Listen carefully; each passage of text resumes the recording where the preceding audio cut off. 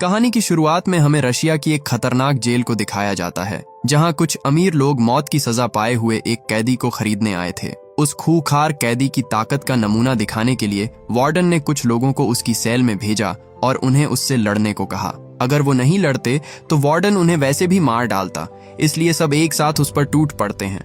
उनके बीच जबरदस्त लड़ाई होती है, पर वो तीन और वो अकेला होने के बावजूद कोई भी उस कैदी के आगे टिक नहीं पाता। ये पूरी लड़ाई एक आदमी अपने कैमरे में रिकॉर्ड कर लेता है और जैसे ही ये वीडियो ब्रेक नाम के आदमी के पास पहुंची, उसने तुरंत उसे अपने शो के लिए सिलेक्ट कर लिया, जिसके बाद वो वार्डन को उसकी मुंह मांगी कीमत देकर उस कैदी को खरीद लेते हैं। इसके बाद हमें साल्वाडोर की एक और जेल को दिखाया जाता है, जहां अरब देश का एक और खूंखार कैदी रहा करता था। ब्रेक के लोग अपने शो के लिए उसे भी खरीदना चाहते थे, फिर चाहे उसकी कीमत कुछ भी हो। पर दिक्कत ये थी कि उसे बेचने के लिए वहां का वार्डन तैयार नहीं था। उसे लगता था कि उनका ये कैदी इतना खतरनाक है कि कोई भी उससे मुकाबला नहीं कर सकता। ब्रेक उसकी ताकत का एक नमूना देखना चाहता था, जिसके बाद वार्डन उससे लड़ने के लिए अपनी ही जेल के दो कैदियों को चुनता है। गार्ड्स जैक नाम के आदमी के पास जाते हैं और उसे कहते हैं कि वार्डन तुमसे मिलना चाहते हैं। पर जैक बोला, तेरे वार्डन से बोल नहीं आता, क्या कर लेगा? उसका रवैया गार्ड्स को बिल्कुल पसंद नहीं आता,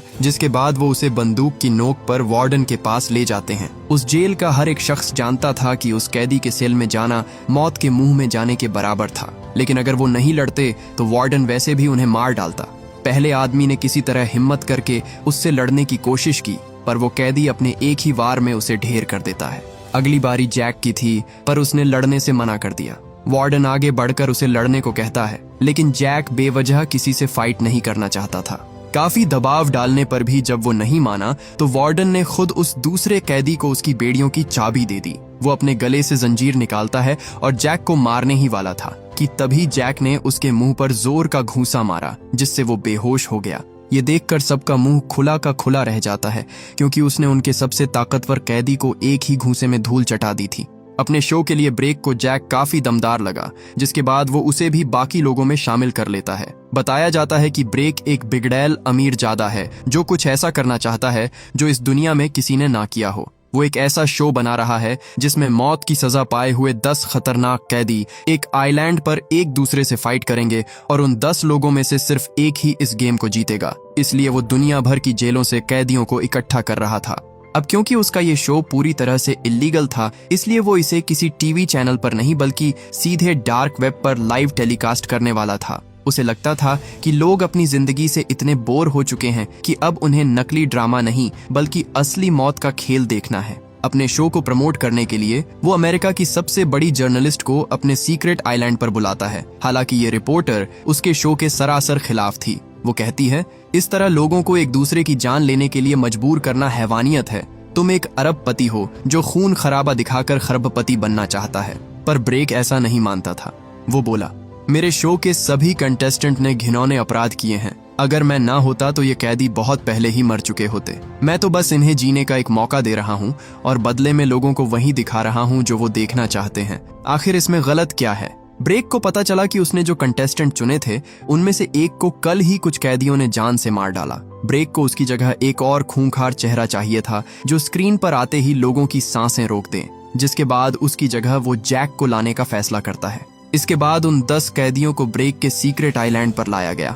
यहाँ सब एक से बढ़कर एक थे। हम स्टीव नाम के कैदी को देखते हैं, जिसे रवांडा की जेल से लाया गया था। ये आदमी उन सब में सबसे खतरनाक था। वो 4 साल स्पेशल फोर्सेज में था। उसने वहां के एक गांव में आग लगा दी, 20 लोगों को जान से मार दिया और तो और उसने 9 औरतों का रेप भी किया था। उसकी प्रोफाइल जानकर बाकी कैदियों के पैरों तले जमीन खिसक गई। उन्हें समझ ही नहीं आ रहा था कि ये आदमी इंसान है या फिर हैवान।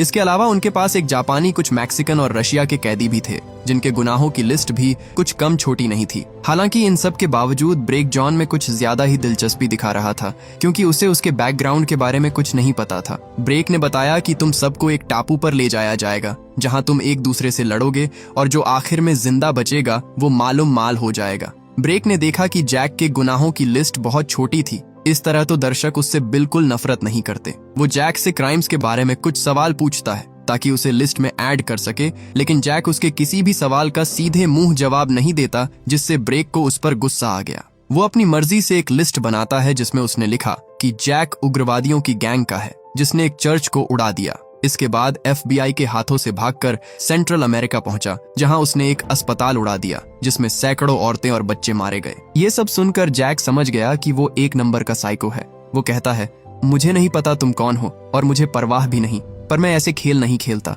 लेकिन ब्रेक ने उसे यहाँ लाने के लिए उस पर अच्छे पैसे लगाए थे। वो बोला, जरूरी नहीं कि तुम ये खेल जीतो, लेकिन खेलना तो पड़ेगा। इसके बाद एक आदमी उन्हें इस गेम के रूल्स बताता है। उन सब के पैरों में एक बम लगा हुआ था जिसमें इतना बारूद है कि उनके चिथड़े उड़ाने के लिए काफी था। वो बोला, अब से 30 घंटे बाद इसे जिस काम के लिए बनाया गया है वो इसे पूरा करेगा। इस बम के फटने की 2 वजह हो सकती है।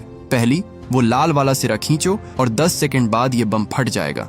दूसरी, वायर के साथ छेड़छाड़ या उसे काटने की कोशिश की तब भी ये बॉम्ब अपने आप फट जाएगा।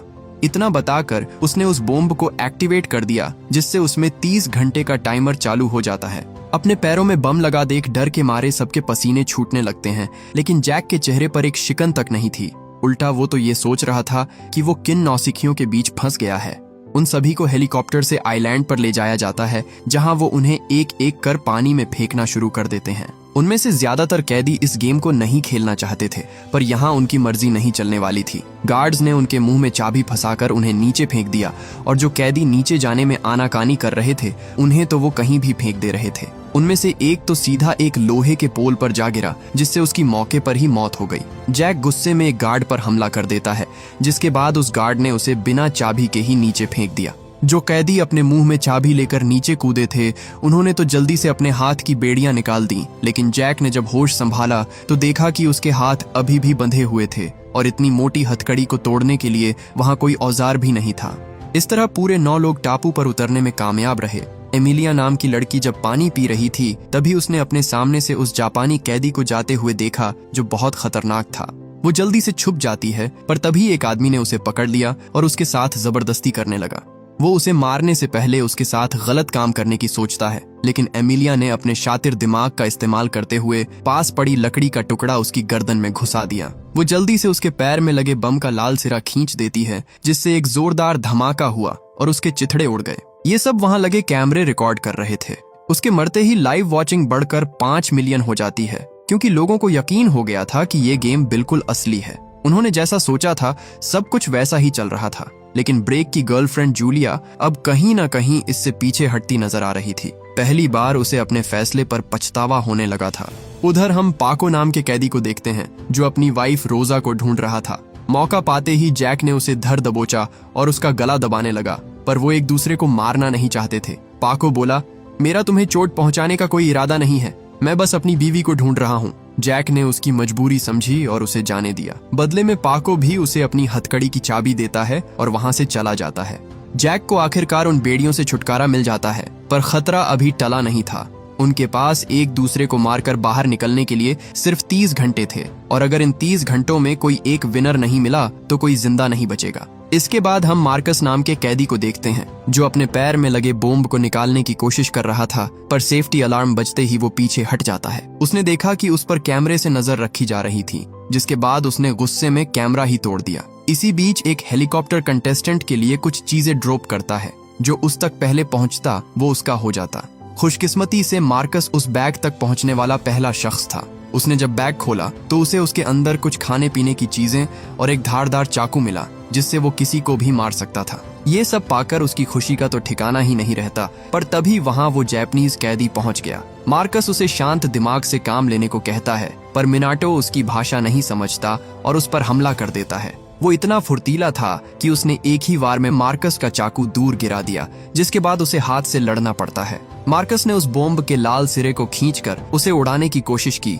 लेकिन मिनाटो ऐसा होने नहीं देता। आखिर में वो उसे चकमा देकर भागने में कामयाब हो जाता है। मिनाटो ने उसका पीछा किया, पर कुछ दूर चलकर उसकी मुलाकात स्टीव से हुई, जो वहीं बैठा उसका इंतजार कर रहा था। वो बोला, मैंने तुझे उस अफ्रीकन से लड़ते हुए देखा, तेरा साइज देखकर तो मैं धोखा खा गया, तू तो सच में बहुत खतरनाक है। दोनों चाहते तो आपस में लड़कर एक दूसरे को मार सकते थे, पर स्टीव इस गेम को अलग तरीके से खेलना चाहता था। वो बोला, देख मेरी बात सुन, क्यों ना हम पहले यहाँ की गंदगी को साफ कर लें, बिल्कुल एक टीम की तरह। उसके बाद सिर्फ मैं और तू लड़ेंगे। मिनाटो को उसका ये आइडिया अच्छा लगा, क्योंकि ऐसे उनके जिंदा रहने के चांसेस ज्यादा थे। उधर हम जैक को देखते हैं जो रेडियो टावर को ढूंढने की कोशिश कर रहा था ताकि मदद बुला सके, पर तभी उसका सामना उस रशियन फाइटर से होता है। जैक उससे लड़ना नहीं चाहता था। वो बोला, आगे मत बढ़ना पहलवान, अगर शांत रहोगे तो मुझे कोई प्रॉब्लम नहीं। पर रशियन फाइटर कहाँ किसी की सुनने वाला था। उसने जैक पर हमला कर दिया और उसे बुरी तरह मारने लगा। जैक उसे उठाकर पटक देता है, जिसके बाद उसने उसे बुरी तरह चौंक कर दिया। वो बस उसे शांत करना चाहता था, इसलिए उसने पकड़ ढीली कर दी, पर वो रशियन फाइटर उसका एहसान मानने की बजाय बॉम्ब का लाल सिरा खींचने की कोशिश करता है। जैक जल्दी से पीछे हट गया और दोनों फिसलकर चट्टान से नीचे गिर जाते हैं। रशियन फाइटर जैक को मारने ही वाला था कि तभी जैक ने नोटिस किया कि उसके पैर से वो लाल सिरा निकल गया है। वो कभी भी फट सकता था, इसलिए जैक ने पास पड़ा पत्थर उठाया और उसके सर पर दे मारा, जिससे वो नीचे गिर जाता है। एक जोरदार धमाके के साथ उसके शरीर के टुकड़े हो गए। डायरेक्टर उसके फटने का स्लो मोशन में रिप्ले करते हैं, जिससे उनके शो की लाइव वॉचिंग 12 मिलियन तक चली गई। अचानक से एक वेबसाइट पर इतना सारा ट्रैफिक आते ही वो सब FBI की नजर में आ जाते हैं, पर वो एक कंप्यूटर के जरिए इसे पूरी दुनिया को दिखा रहा था, जिस वजह से उसे पकड़ना इतना आसान नहीं था। इंटरपोल से उन्हें पता चला कि वो आइलैंड साउथ पैसिफिक में कहीं है, पर परेशानी ये थी कि वहाँ 2000 से भी ज्यादा आइलैंड थे। ऐसे में उसे ढूंढना भूसे के ढेर में सुई ढूंढने जैसा था। FBI ने शो के सारे कंटेस्टेंट के क्रिमिनल रिकॉर्ड निकाले, पर उन्हें जैक के बारे में कोई इन्फॉर्मेशन नहीं मिली, मानो वो है ही नहीं। पर तभी उन्हें किसी का फोन आया जो खुद को जैक के बचपन का दोस्त बताता है। ऑफिसर ब्रैड को पता चला कि उसकी एक वाइफ और 2 बच्चे भी हैं, जिनसे वो पिछले 1 साल से नहीं मिला था। वो जल्दी से उसकी वाइफ एमा को फोन लगाता है और उसे बताता है कि उसके पति की जान खतरे में है। एमा ने जब वो वेबसाइट खोली तो उसे वहां जैक देखने को मिला, जो उस रशियन फाइटर के हाथों मरते मरते बचा था। उसे पता चला कि जैक एक बेहद ही खतरनाक शो का हिस्सा है और शो की वेबसाइट पर उसके बारे में बहुत सारा झूठ लिखा हुआ था।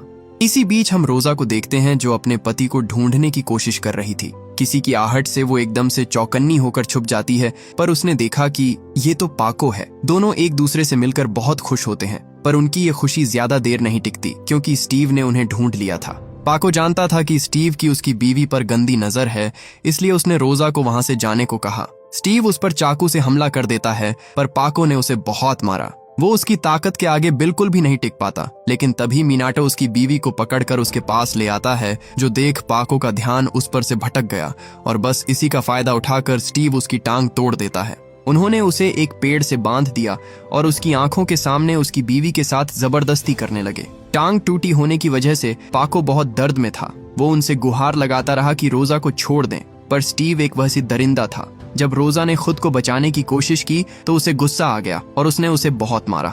ब्रेक कहता है, इस सीन को कितने एंगल से कवर कर सकते हैं, जिस पर डायरेक्टर ने उसे बताया कि यही एक एंगल है। ये शॉट उनके किसी काम का नहीं था, जिसके बाद ब्रेक ने लाइव क्रू को उनके पास भेजा। स्टीव पाको की आंखों के सामने उसकी वाइफ का रेप करता है और ब्रेक ये सब बिना किसी सेंसरशिप के पूरी दुनिया में दिखा रहा था। सिर्फ इस सीन की वजह से उनकी लाइव वॉचिंग 15 मिलियन पहुंच जाती